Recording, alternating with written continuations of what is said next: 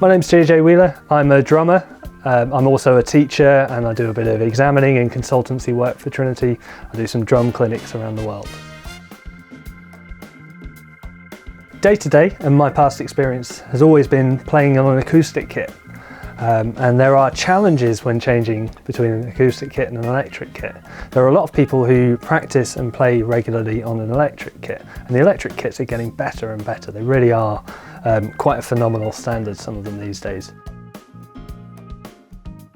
There are definite differences. There's a difference in touch and in feel. The way a mesh head, for example, on a high-end electric kit, or a rubber pad on a lower-end kit responds, and the way your stick bounces back, or your bass drum beater, or your hi-hat foot, is very different to the way a usual acoustic drum or cymbal responds.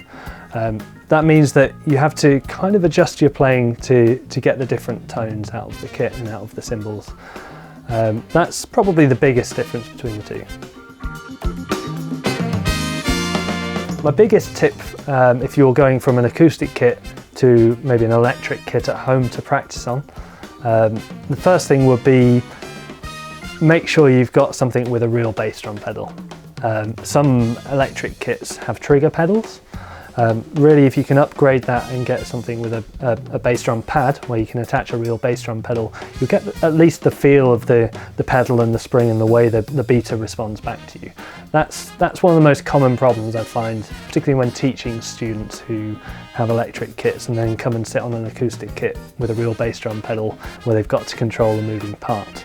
The other thing I would say is be aware that just because your electric kit makes an amazing sound doesn't mean that automatically when you hit an acoustic kit it's going to make that same awesome sound. It's going to sound very different depending on where you strike the drum on the head, or where you strike the cymbal, how you strike the cymbal, how hard you strike the cymbal, what your grip is on your stick. There are all sorts of factors which are different between the two instruments.